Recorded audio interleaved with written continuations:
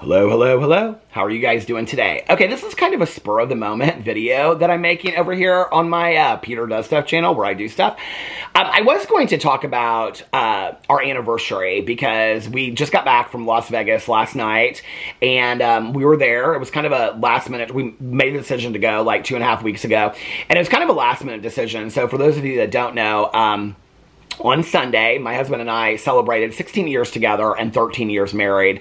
It was bizarre. It was like being at the exact same place that we got married at, and 13 years before and all this kind of stuff. It was surreal. So anyway, I was going to do a whole video talking about like our relationship and how our relationships changed over time. Alex and I really wanted to do a very specific to our anniversary couples video on my Peter Monn channel. That was the video that we were going to do and film and put up yesterday, or put up on Sunday. But unfortunately, we had kind of some chaos ensue at the pool. My bag was stolen. For those of you that don't watch my other channels, I've already talked about that at length, so I don't need to talk about it. But that kind of consumed our day. My phone was in there and a credit card and stuff like that. So we had to take care of all that. So we didn't end up doing the couples video. We probably will in the next, month or something like that. But we wanted to talk about like how much has changed in our relationship, from the beginning, because one of the things that I heard recently from a friend of ours that's been married, she's been married over, I think, 60 years.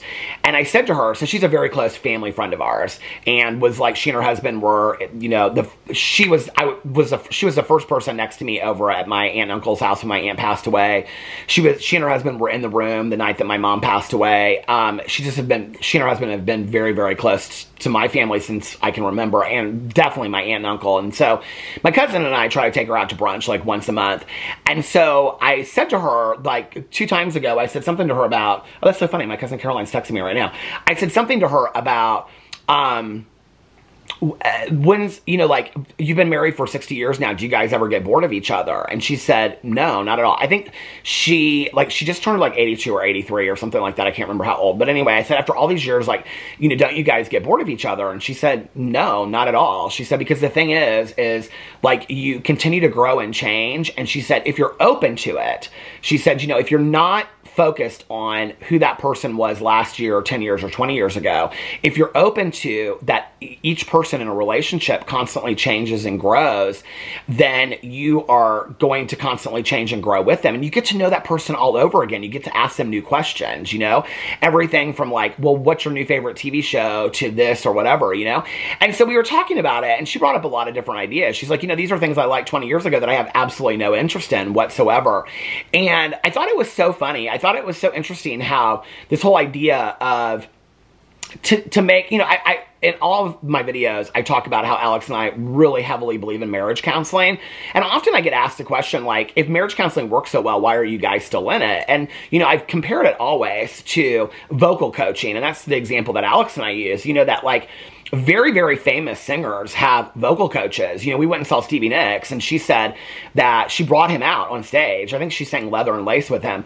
And she said that she'd had the same vocal coach since 1994, and before every single concert, like, if he couldn't be there with her, she, like, Zoom called him, and they would, like, tune up her voice and stuff like that.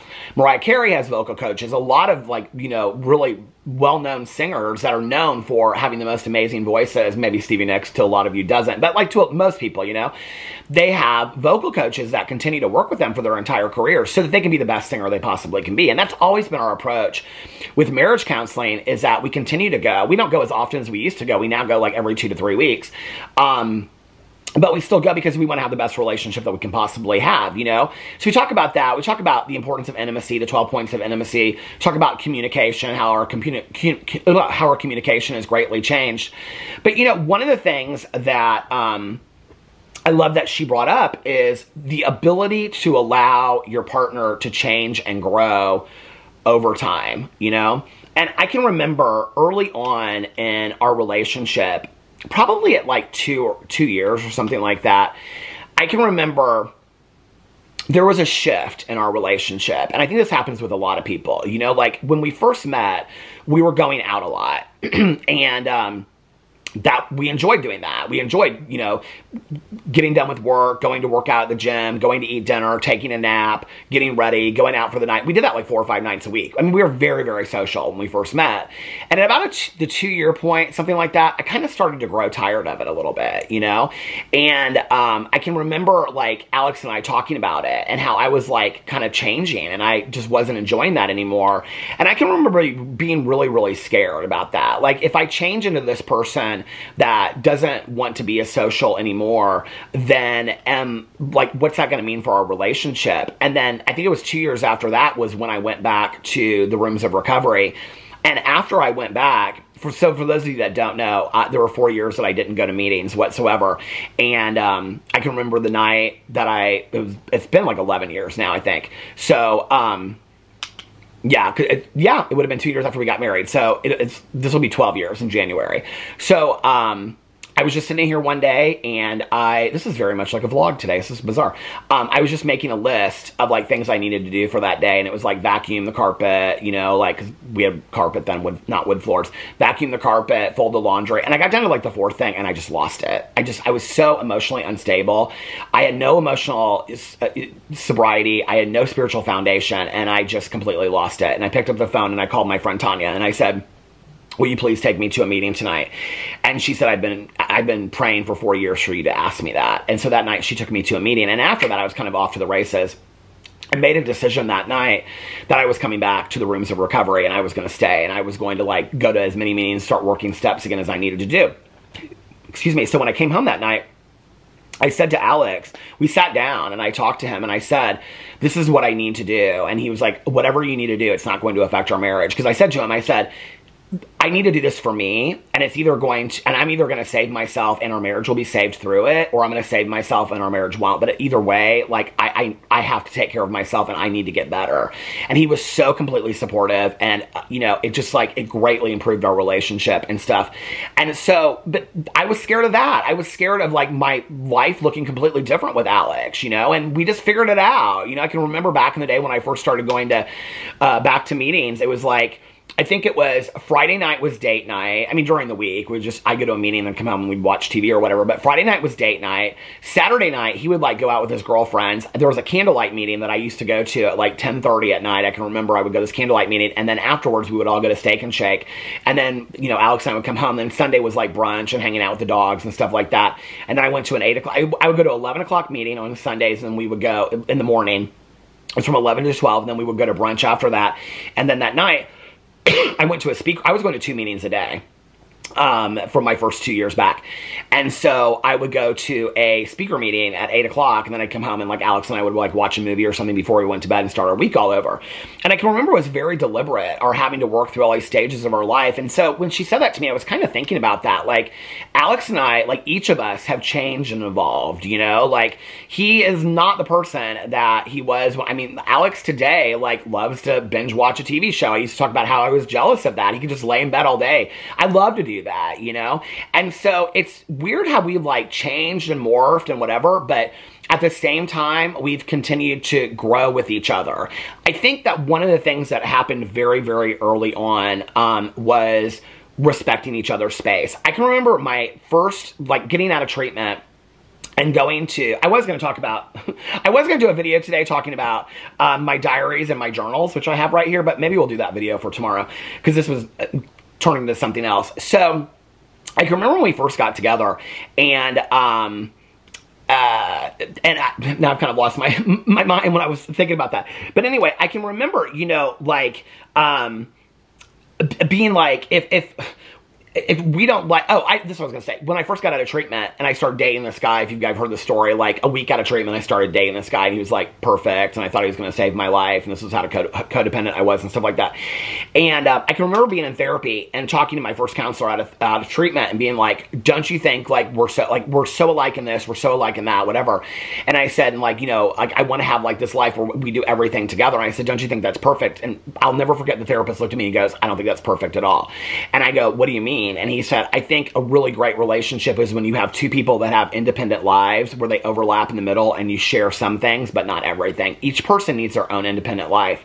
You know, That was 29 years ago. I think it took me probably 20 years to really figure that out. My last relationship, which, fantastic guy, but we were so enmeshed that we did do everything together, you know? I mean, we did everything together. Never had anything like outside, you know, whatever. I mean, and so I think to change and to grow and to respect that, we've done that, and I didn't even realize that we were doing it when we did it, you know?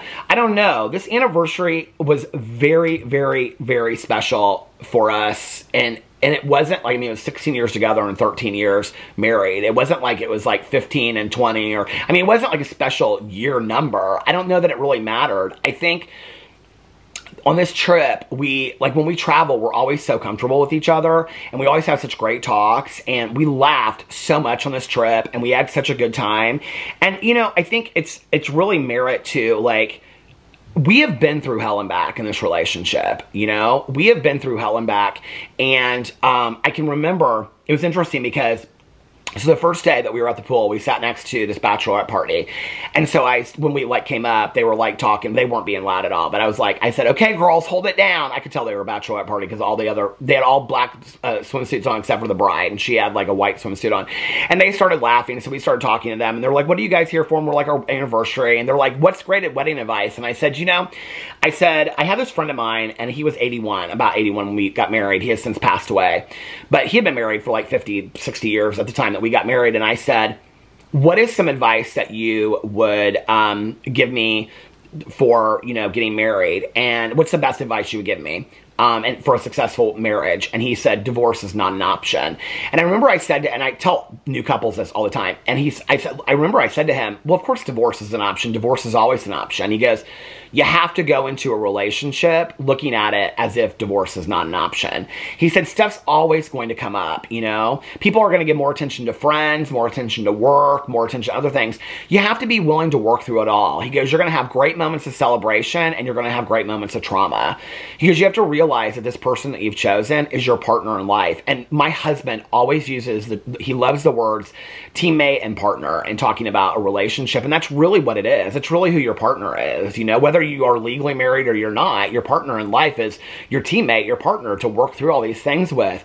That doesn't mean, like, if you look at a team, you don't always get along with your team member. It's not always perfect bliss, but sometimes it is. You know, sometimes it is perfect bliss, and those are the moments to hold on to, you know? But, you know, I think one of the things, like, when I talk about the proudest things in my life, my sobriety is always number one. I think number two is probably our marriage, you know, and our relationship and how hard we've worked on it. And it's not just like, okay, I'm proud that we're still here together and we're married. It's not about that, like, that we've made it through all this. It's about the fact that we're still here and we still choose each other. Like, that's so profound to me.